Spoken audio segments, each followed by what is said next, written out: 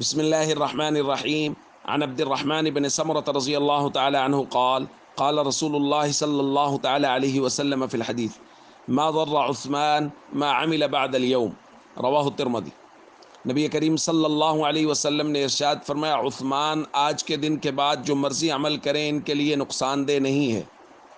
دوستو 18 ذی الحج سیدنا عثمان غنی رضی اللہ تعالیٰ عنہ کو یوم شہادت ہے، اور حضرت عثمان غنی کی دین اسلام کے لیے بے شمار خدمات ہیں، اور خاص طور پر مالی خدمات۔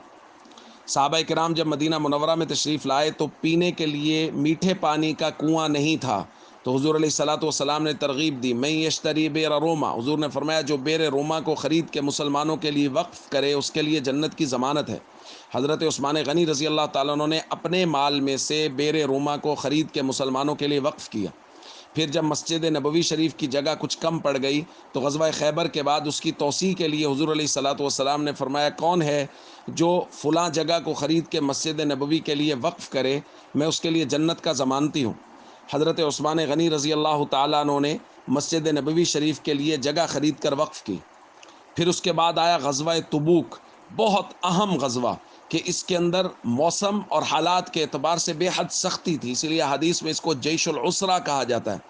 حضور علیہ الصلوۃ والسلام نے صحابہ کرام کو ترغیب دی مال خرچ کرنے کی۔ حضرت عثمان غنی کھڑے ہوئے، کہا علیہ مئۃ بعیر باحلاسها واقطابها یا رسول اللہ، یا رسول اللہ 100 اونٹ ساز و سامان سمیت میرے ذمہ ہے۔ پھر حضور علیہ الصلوۃ والسلام نے دوبارہ ترغیب دی تو پھر کھڑے ہوئے، علیہ مئۃ بعیر باحلاسها واقطابها۔ پھر حضور علیہ الصلوۃ والسلام نے ترغیب دی، پھر کھڑے ہوئے، علیہ 300 بعیر باحلاسها واقطابها۔ علماء نے لکھا ہے مختلف روایات کو جمع کریں تو 900 اونٹ ساز و سامان سمیت حضرت عثمان غنی رضی اللہ تعالیٰ عنہ نے اس غزوہ میں دیا، اور 5 کلو سونا حضور علیہ الصلوۃ والسلام کی خدمت میں پیش کیا۔ اور جب وہ دنانیر حضور علیہ الصلوۃ والسلام کی خدمت میں پیش کیے گئے تو حضور نے اپنی گود میں ان کو ڈالا، اور حضور ان کے ساتھ گویا کھیل رہے تھے اور یہ فرما رہے تھے ما ضر عثمان ما عمل بعد اليوم۔ تو دوستو صحابہ اور اہل بیت کی قربانیوں سے اور ان کے ایثار سے دین صحیح شکل میں ہم تک پہنچا ہے۔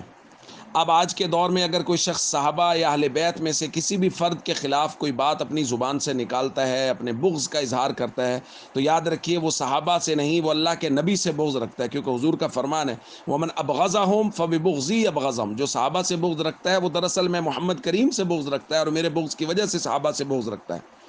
اس لیے جو شخص صحابہ اور اہل بیت کے صحابہ میں سے کسی بھی شخصیت کے بارے میں کوئی نازیبا بات کہے، نازیبا جملہ کہے، اس کی بات قطعاً نہ سنیں، کیونکہ یہ قرآن کے خلاف بات کر رہا ہے، نبی کریم صلی اللہ علیہ وسلم کے فرمان کے خلاف بات کر رہا ہے۔ السلام علیکم ورحمۃ اللہ وبرکاتہ۔